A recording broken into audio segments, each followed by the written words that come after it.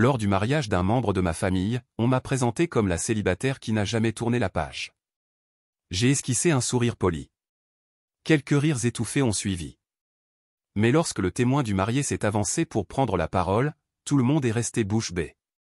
J'avais encore mon verre de rosé pétillant à la main quand c'est arrivé.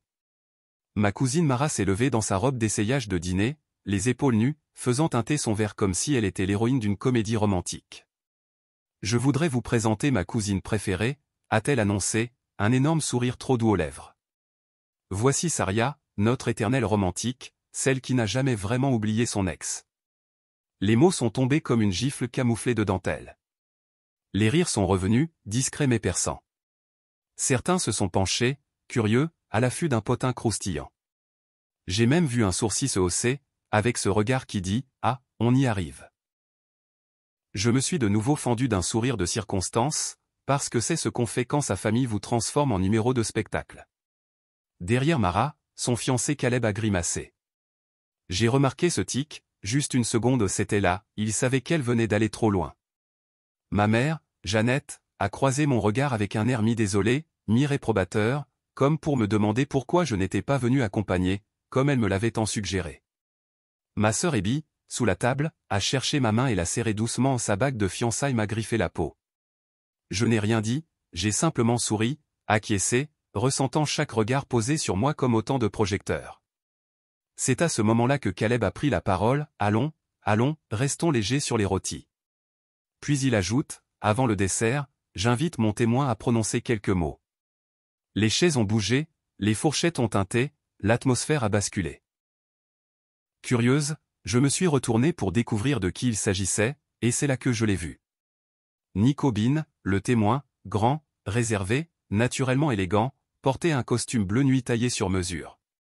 Il s'est avancé à travers la salle, verre en main, et le flot de conversation s'est soudain atténué, comme si tout le monde sentait que l'instant allait basculer. Il a prononcé mon nom à voix haute, clairement, Saria. Toutes les têtes se sont tournées, les bouches se sont entr'ouvertes, incrédules. Impossible de savoir ce qu'il allait dire, si une nouvelle humiliation allait suivre, ou si quelque chose de totalement inattendu allait arriver. Une chose était sûre, l'air vibrait différemment. Il me regardait moi, rien qu'à moi, sans dévier vers Mara ou Caleb. Et d'un coup, je n'étais plus seulement la fille qui ne s'était jamais remise, j'étais devenu quelqu'un d'autre. Je ne voulais pas venir à ce mariage. J'ai expliqué à ma mère que j'avais un travail urgent, à Abby que je me sentais malade. Je me suis répété que ce serait trop tôt, trop bizarre, trop difficile. Mais le RSVP était envoyé depuis des mois, à une époque où Yen et moi formions encore un « nous », avant que je découvre ce message sur son téléphone, avant que 3 ans de projet commun ne se terminent avec moi, rassemblant sa veste à capuche et sa brosse à dents pour les laisser dans un sac en papier sur son perron.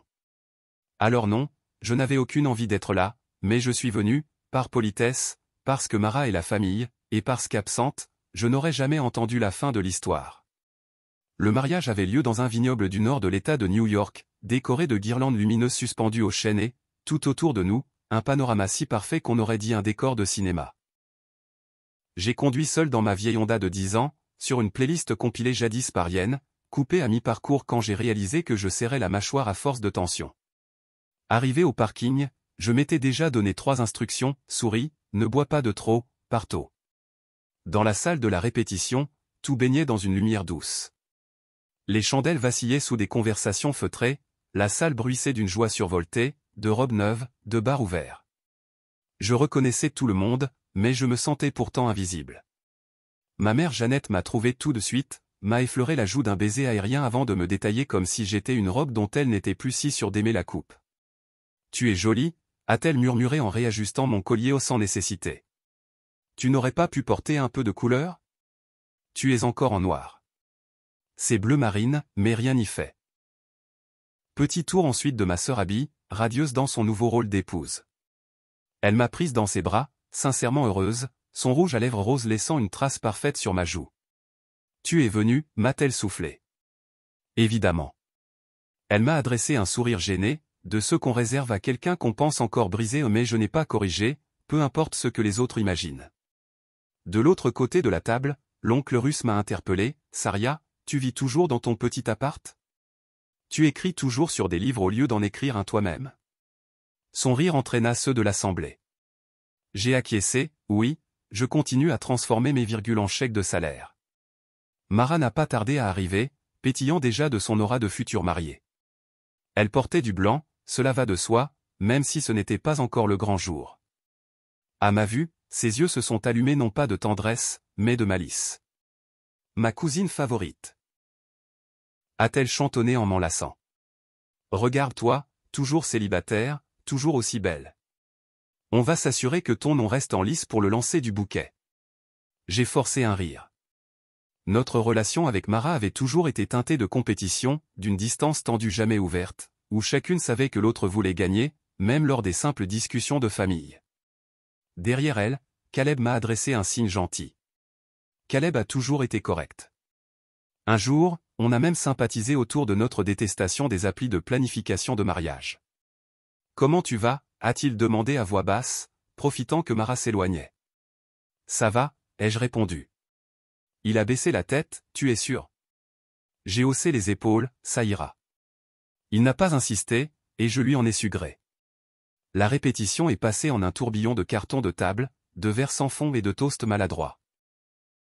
Bien entendu, j'étais placé à la table des célibataires, près d'un certain Grant qui affirmait qu'on s'était déjà rencontrés, et voulait rattraper le temps perdu, plus tard. Abby s'est penché pour chuchoter, « On peut partir ensemble si ça tourne au bizarre ?» C'était déjà malaisant de toute façon. Revenir parmi la famille élargie, c'était comme entrer dans un musée de celle que j'étais jadis. Ils me voyaient toujours comme la fille de 25 ans follement amoureuse, malgré les années passées, les efforts pour me reconstruire, grandir, avancer. Pour eux, c'est sincère, mais leur empathie m'enveloppait comme un parfum entêtant, trop dense, jamais tout à fait juste. Pourtant, j'ai souri, discuté, passé le plat, multiplié les phrases convenues, comme c'est excitant, tu dois être ravi, quelle robe magnifique, tout ce qu'il fallait pour tenir le coup. J'ai survécu, c'était bien le plan. Puis, au moment où je pensais pouvoir me fondre dans le décor pour glisser discrètement vers la sortie, Mara s'est levée et a prononcé la phrase qui a éclaté la soirée comme une coupe de champagne qui déborde, « Voici Saria, notre éternelle romantique, la célibataire qui n'a jamais vraiment oublié. » C'est là que j'ai souri, c'est là que les rires ont fusé. Et c'est là que Caleb a jeté un regard au fond de la salle, puis a lancé, « Maintenant, mon meilleur ami Nico a des mots à partager. » Mon cœur a réagi bizarrement, pas vraiment un bon, plutôt cette secousse physique qui vous prévient qu'il va se passer quelque chose d'important et qu'on ne pourra rien y faire. Je me suis retourné et je l'ai vu, Nico Bean, et soudain je n'étais plus certaine de savoir s'il valait mieux rester assise ou fuir par la porte de derrière. Je n'avais pas croisé Nico depuis 14 ans. Du moins, à part son nom que j'avais aperçu, il y a 6 ans peut-être, sur le registre de mariage d'un ami commun j'avais cliqué, haletante, mais ça n'avait mené à rien, aucun indice, aucun poste, juste un nom. J'ai prétendu que ça ne m'importait pas. Et là, il traversait la salle en personne, glissant vers l'avant avec un calme déconcertant. Il n'était plus tout à fait comme dans mes souvenirs, la mâchoire plus ciselée, les épaules élargies, les cheveux plus courts et plus foncés, mais ses yeux, eux, n'avaient pas changé, cette façon de balayer la salle avant de se fixer sur moi. Nico n'était pas censé être là. Caleb ne l'avait jamais mentionné, pas une seule fois, pas pendant les réunions de famille, pas dans la moindre story Instagram. J'avais fini par croire qu'ils avaient perdu contact, ou que Caleb pensait que je ne viendrais pas et n'y avait vu aucun inconvénient à l'inviter. Nico attrapa le micro du DJ et en tapa doucement la tête. « Bonsoir » lança-t-il. Sa voix, grave et assurée, avait gagné en profondeur depuis mes souvenirs. « Je ne vais pas vous retenir longtemps. » Caleb m'a demandé de dire quelques mots, et quand Caleb demande, on dit oui même si ça fiche la trouille. La salle émit quelques rires. Pas moi. J'étais figé, à la fois tendu et comme si tout mon corps avait pressenti sa présence bien avant que mon esprit ne l'admette. Il ne chercha pas encore mon regard. Mais je savais qu'à un moment il le ferait. Je jetai un coup d'œil à Abby. Son front se plissa, puis elle se pencha vers moi pour murmurer, « Attends, c'est Nico ?» Je hochai à peine la tête. Ses yeux s'agrandirent, « Ce Nico ?» Nouveau hochement de tête de ma part. Elle chuchota simplement, « Waouh !» J'essayais de me recentrer sur le discours.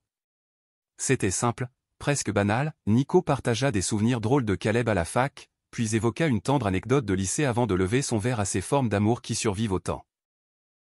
Je sentais le regard de ma mère peser sur moi, mais je ne tournais pas la tête pour vérifier. Les applaudissements retombèrent et Nico remit le micro, mais pas avant de me lancer, cette fois, un regard direct, profond, comme s'il testait quelque chose en moi. J'ai été la première à détourner les yeux. Après les discours, les invités se dispersèrent vers le buffet des desserts. Les conversations reprenaient, mais moi je restais là, à fixer mon morceau de gâteau intact, espérant parvenir à ne rien ressentir. Soudain, j'entendis sa voix derrière moi. Salut. Je me retournai. Il était là, plus proche que ce que j'avais imaginé, toujours son verre de champagne à la main, m'observant franchement, comme on le fait avec quelqu'un qu'on n'a jamais vraiment oublié. Nico, lâché-je, détestant la fragilité qui fendait ma voix à la deuxième syllabe. Il esquissa un sourire.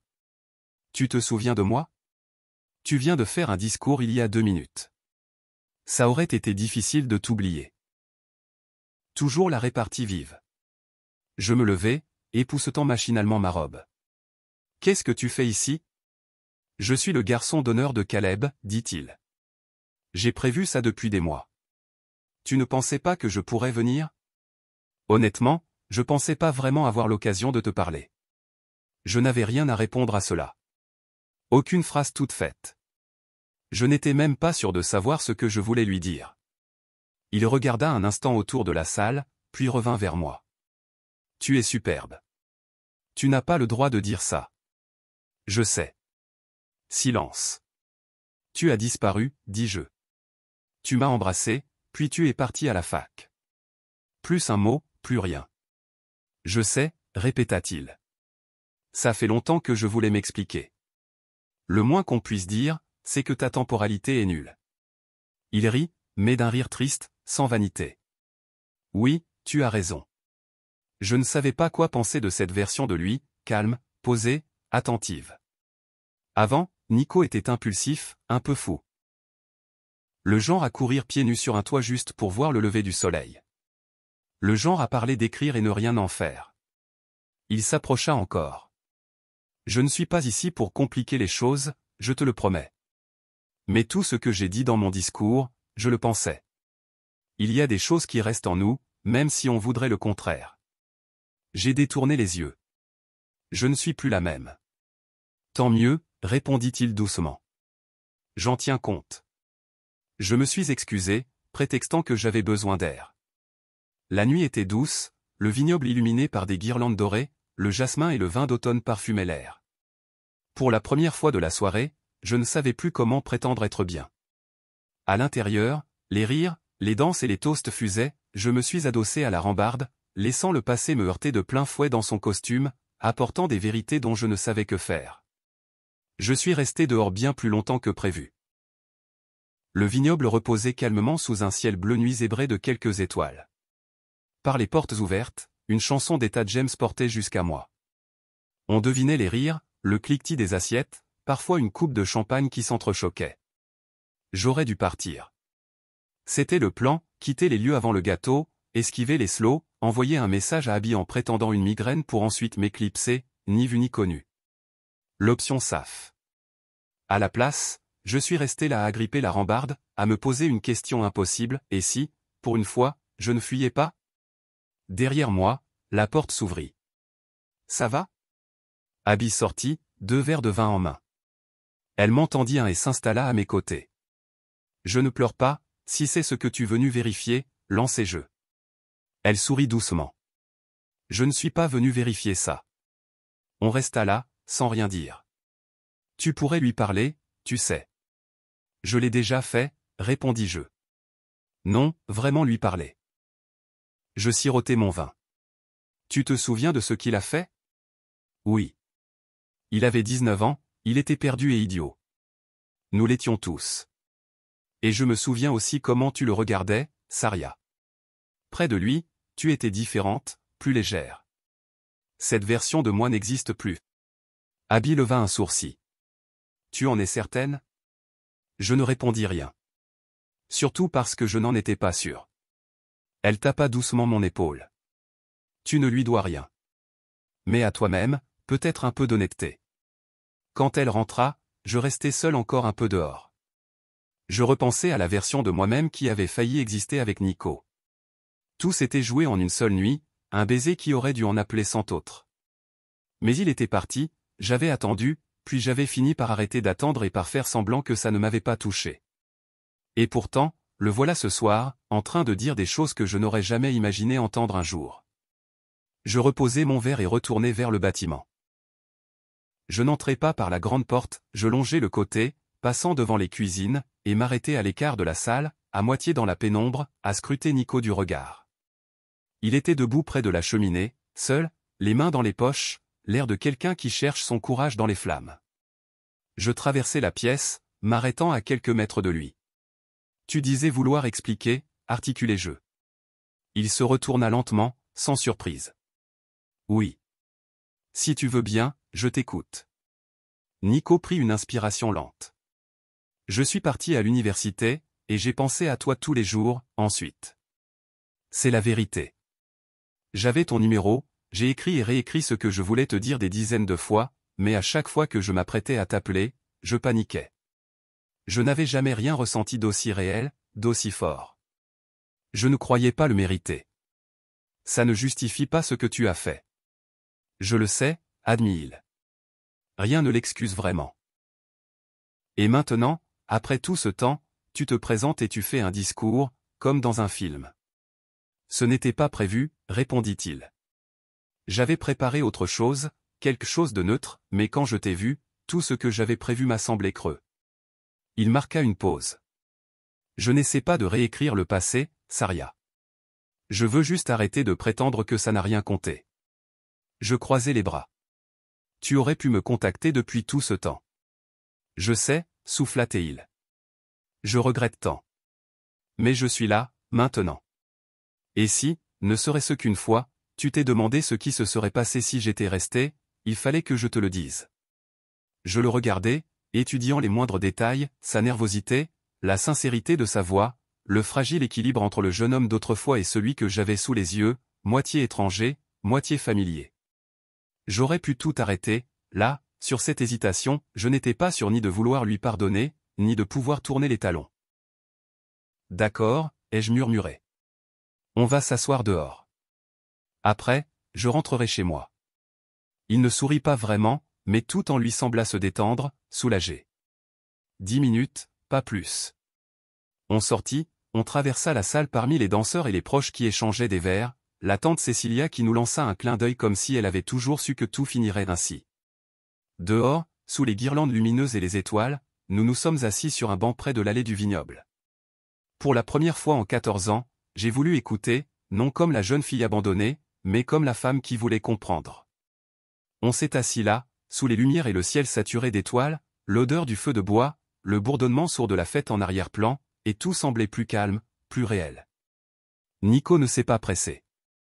Il s'est assis à côté de moi comme quelqu'un qui a cessé de fuir le passé, la culpabilité, ou peut-être soi-même. Je ne suis pas parti parce que je ne ressentais rien, dit-il doucement. Mais parce que ça, ce que j'éprouvais, c'était trop. Je ne répondis pas. Quand je t'ai embrassé, cette nuit-là, j'ai su que c'était différent, qu'après, je n'arriverais plus à penser à autre chose. Ça m'a fait peur. J'étais un gamin, Saria. Je ne savais pas quoi faire de quelque chose d'aussi vrai. Tu n'as même pas dit au revoir. Je le sais, murmura-t-il, cette part-là me hante encore. Je l'ai regardé pour de bon, il n'essayait pas de me reconquérir, ne me servait pas une version édulcorée de la vérité pour se faire bien voir. Il déposait tout sur la table, sans savoir ce que j'en ferais. Je soupirai. Je t'ai attendu, tu sais? Un temps.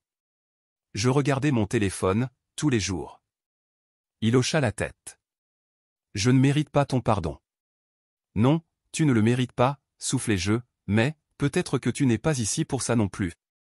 Nos regards se croisèrent. Je suis ici pour être honnête. Et peut-être, si j'ai un peu de chance, pour une seconde chance. Je n'étais pas prête à répondre, pas vraiment. Mais je ne me suis pas éloigné de lui. Dans la salle, quelqu'un tapa sur un verre. La musique s'arrêta, la foule se calma. Caleb, debout, micro à la main, prit la parole, avant de lancer la soirée dansante. Je voudrais remercier chacun d'entre vous d'être là, et tout particulièrement mon témoin, mon ami de toujours, qui apparemment a encore des choses à dire. Les invités échangèrent des regards complices. Ce n'est franchement pas dans la tradition, et peut-être que ma future épouse m'en voudra, mais Nico aimerait ajouter un mot. Mon cœur s'accéléra. Nico se tourna vers moi. « Ça te dérange ?» Je le fixai, surprise. « Tu es sérieux ?»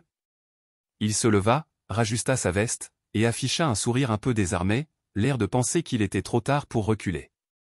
Il entra alors dans la salle, et je le suivis. L'atmosphère y flottait, suspendue entre la curiosité et l'attente. Nico reprit le micro que Caleb lui tendait, s'avançant sous la lumière chaleureuse avec l'assurance de quelqu'un qui n'a plus rien à perdre. « Bonsoir encore », commença-t-il en balayant la salle du regard.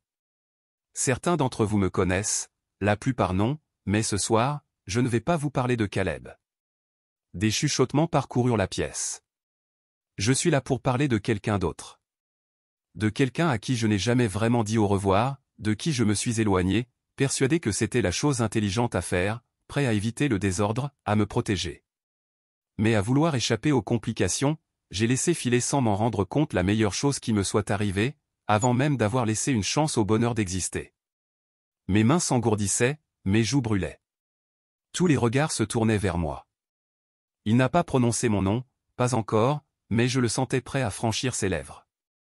Il y a ce mythe selon lequel le temps guérit tout. Que si on laisse les choses derrière soi assez longtemps, elles s'effacent, la douleur disparaît. Pourtant, ce n'est pas toujours vrai. Parfois, la blessure se tait, tapis dans l'ombre, et quand on finit par lui faire face, on réalise qu'elle a toujours compté. Il releva les yeux vers moi, croisa mon regard. Je ne veux plus être celui qui prend la fuite. Ni devant l'amour, ni devant le remords, ni devant les personnes que j'ai pu blesser. Si la personne dont je parle m'entend ce soir, je veux qu'elle sache qu'elle m'a changé. Et si je suis là devant vous, c'est parce que je souhaite une seconde chance. Même si tout ce que j'obtiens, c'est une conversation, je la saisirai. Silence. Pas un rire nerveux, pas un chuchotement. La salle entière retenait son souffle. Derrière, la tante Cécilia lâcha sa fourchette. Abby s'était penchée au bord de sa chaise, figée. Mara, la bouche entr'ouverte, ne disait rien. Moi, je restais là, à cligner des yeux, ébranlé par le fracas de mes propres émotions, colère, espoir, crainte, désir, un chaos total dans ma poitrine. Nico déposa le micro, descendit de l'estrade, et n'adressa plus un regard à personne, si ce n'est à moi.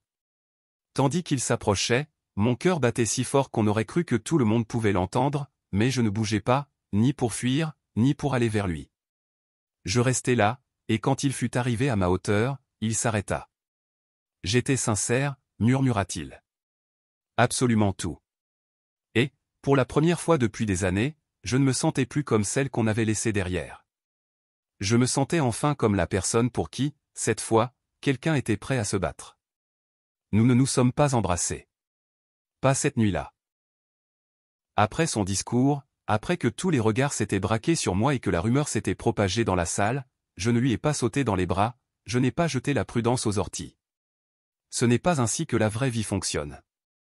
À la place, nous sommes sortis, traversant le vignoble sous la voûte étoilée, loin du bruit, loin des projecteurs. Nous nous sommes assis sur un muret de pierre sous une guirlande vacillante et j'ai posé toutes les questions accumulées en moi depuis plus de 10 ans. Pourquoi n'as-tu pas essayé plus fort? Pourquoi maintenant? Comment savoir que ce n'est pas juste la nostalgie, habillée d'un costume? À son crédit, Nico répondit à tout, sans détour, avec honnêteté, sans se défiler. Il me raconta les années passées à se distraire, à accumuler les boulots, les liaisons sans lendemain, les villes où il n'a jamais trouvé sa place. Il parla de la thérapie, des remords, d'une soirée où il avait recroisé Caleb lors d'une conférence et vu mon nom sur une photo de famille. Il m'avoua que durant des années, il avait craint que je le haïsse, mais que ce qui lui faisait encore plus peur, c'était que je ne pense jamais à lui. Il n'a rien demandé. Ni pardon, ni retour. Il voulait juste l'espace pour parler, pour assumer sa part. Et dans cet espace, soudain, quelque chose s'est déplacé en moi. Je n'ai pas laissé tomber ma douleur ce soir-là. Elle s'était ancrée lentement, au fil des ans, la guérison prendrait du temps elle aussi. Mais, pour la première fois depuis si longtemps, je savais que je n'étais plus seul à la porter. Nous avons parlé plus d'1 heure, jusqu'à ce que la musique s'efface et que les lumières s'éteignent l'une après l'autre. Quand il me raccompagna vers ma voiture, il s'arrêta et dit, « Je n'attends rien, mais si jamais tu veux savoir ce que ça pourrait donner, aujourd'hui. Pas ce que nous étions, mais ce que nous sommes, je serai là. » J'ai hoché la tête. On verra bien. C'est tout. Pas de finale digne d'un conte de fées, pas de baiser cinématographique sous les étoiles. Mais c'était déjà quelque chose. 3 semaines plus tard, je reçus un paquet sans expéditeur, juste mon nom inscrit d'une écriture que je connaissais. À l'intérieur, un exemplaire du Petit Prince, notre livre fétiche du lycée, celui que nous citions l'un à l'autre dans les salles d'études. Sur la page de garde, il avait écrit « On ne voit bien qu'avec le cœur, et parfois il faut grandir pour comprendre ce que l'on ressentait quand on était jeune. » Nico. J'ai souri pour la première fois depuis des jours. Nous nous sommes retrouvés la semaine suivante autour d'un café, puis, sans attente, pour une promenade. Juste le lent redécouverte de quelque chose qui n'avait jamais tout à fait disparu, simplement mis en veille. Lors du vrai mariage de Mara, 2 mois plus tard, elle se donna du mal pour ne pas me présenter comme la célibataire. Elle n'en avait pas besoin, ma présence suffisait. J'étais venu avec Nico, non pas comme une provocation, non par revanche, mais simplement parce qu'il avait retrouvé sa place. Ma mère ne dit rien sur le moment, mais après le dessert, elle souffla simplement, « Il a l'air différent. » « Il l'est, » répondis-je. Moi aussi. Abby, à l'autre bout de la salle, me fit un clin d'œil complice. Mon histoire n'est pas un conte de fées. Ce n'est pas celle d'une fille qui attend son prince pendant des années. C'est celle de quelqu'un qui a souffert, qui a guéri, qui a laissé le passé frapper à la porte, mais seulement après avoir appris à défendre sa propre vérité. Nico n'a pas été le point final que j'espérais. Il a été le commencement dont j'ignorais avoir besoin. Et assise là, entourée de rire et de chaleur, sa main contre la mienne, j'ai compris. Je n'avais pas échoué à l'oublier, j'attendais simplement le bon moment pour avancer à mon rythme, selon mes propres règles. Parce que l'amour n'est pas toujours une question de timing, il est parfois une question de courage. Cette fois, j'avais les deux. Voilà ce qui s'est passé à ce mariage. J'entrais persuadé de n'être qu'un nom de plus sur le plan de table, je suis sorti, sans l'avoir cherché, avec une porte enfin ouverte. Peut-être as-tu connu ça, toi aussi, les étiquettes, le sentiment d'être mis de côté. Peut-être as-tu entendu qu'il fallait tourner la page, plus vite. Peut-être que quelqu'un a écrit ton histoire à ta place, avant même que tu n'aies eu le temps de la vivre. Si c'est le cas, j'espère que cette histoire t'a rappelé que la tienne ne s'arrête pas quand quelqu'un part. Parfois, elle ne fait que commencer. Et si ce récit a réveillé quelque chose en toi, un souvenir, un souffle du passé, une version de toi-même, aime cette vidéo pour la faire voyager un peu plus loin. Partage-la avec quelqu'un qui a besoin de l'entendre, un ami coincé dans le passé, ou quelqu'un qui se demande si les secondes chances existent vraiment. Dis-moi en commentaire ce que toi, tu aurais fait à ma place. Serais-tu parti, ou aurais-tu écouté? Enfin, si tu es touché par ce genre d'histoire, abonne-toi à la chaîne. D'autres récits de vie, de défis, de rebondissements imprévus arrivent bientôt. Active la cloche pour ne rien manquer. Merci d'avoir écouté, et d'en faire partie. À très bientôt.